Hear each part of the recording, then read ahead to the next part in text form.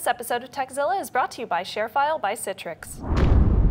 Toby writes in, for your upcoming segment on digital photography, can you review the best photo sharing services? My daughter recently got married and we have thousands of pictures between all the guests and family. How can we consolidate and share? Thank you, Toby. Oh, good question. I love this.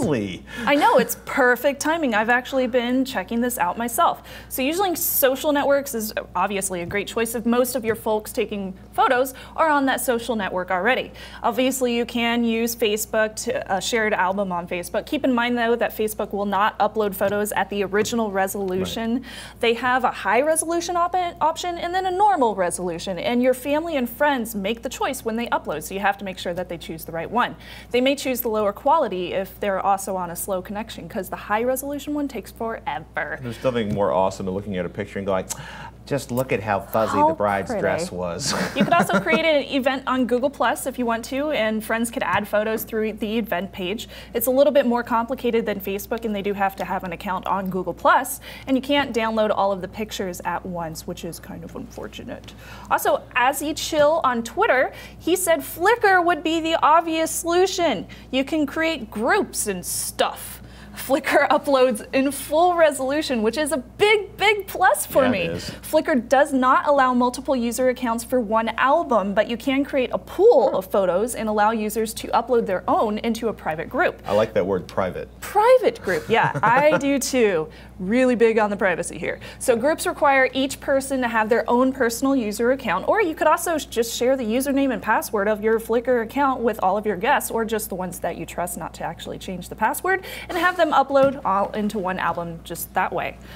We also got a message on Twitter from @SleepyBlueKitty, who said, Photo Bucket. So this is pretty interesting and very timely. So Photo Bucket, as of May 12, 2014, they let users claim their personal wedding hashtag according to their blog. So anytime another user uploads photos to Twitter, Instagram, or Photo Bucket, and they use that hashtag that you've decided on, they're added to your Photo Bucket account. Now all of these are free. All of them are free up to at least enough space for one event.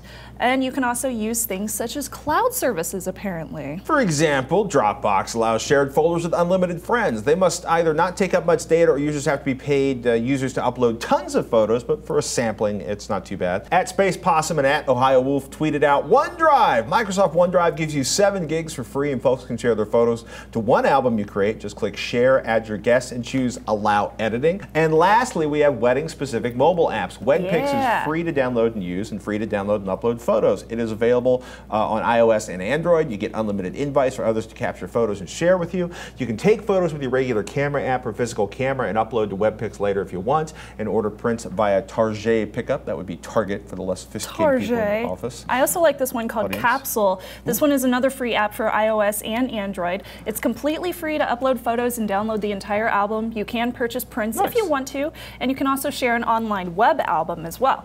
You get free for life backups of your shared wedding photos, and pictures can be uploaded via the web if you're using a regular camera, and they're all uploaded in high resolution. And the last one I found was called Wedding Party App. So this one can be downloaded over at weddingpartyapp.com. It's also free for iOS and Android. You can upload photos from either a smartphone or from your computer if using a digital camera. There is, though, a pixel count. There's a 1200 pixel cutoff, and many have had issues with this app being a little bit buggy as far as reviews go, like an upload taking for 2 weeks. Wow. Which I tried myself, and I had a slight issue with that. So whichever one you choose really depends on your guests. Which one are you comfortable with? All of these are free, or they're pretty close to it, except for like more storage on Dropbox. That's going to be an issue. But each one has similar capabilities. For my wedding, personally, I'll probably end up choosing Flickr because the site's intuitive, it's easy to use. Most of my friends and family will probably be using digital cameras anyway to take photos. I have a couple of photographers even coming. So if they are using their mobile phones, they're probably going to be tagging me in the photos on Facebook anyway, so I'll get to see them. I may create my own hashtag for Instagram and Twitter posts because like I have one person that uses that, but I don't feel like many folks will actually use that.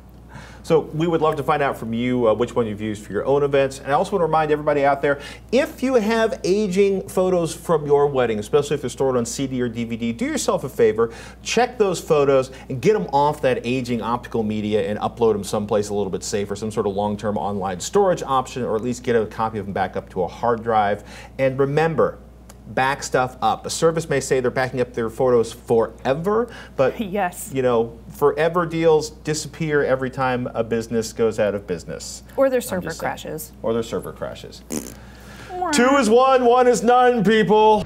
The constant flow of information is crucial to business. Contracts and spreadsheets, invoices, and other important business files are sent as regular email attachments with no reliable means to ensure that they've been received and reviewed.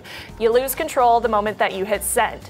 That's why you need ShareFile by Citrix. It's the easy-to-use business solution for sending, receiving, and sharing files. With ShareFile, your attachments are sent as secure links. You send files of almost any size without bounce backs. It's always under your control. You decide who has access to your files and for how long. And you can receive notifications telling you who opens your files and when. Plus, you can password protect files for optimal security. And then you can easily share files and collaborate with others. And ShareFile mobile apps allow you to access your files anytime, anywhere, which is great for us because we use it to send around video files for review. You can sign up today for our 30-day free trial, no obligation. Go to sharefile.com, click on the microphone at the top of the homepage, and enter Tekzilla. Remember, visit sharefile.com and type in Tekzilla.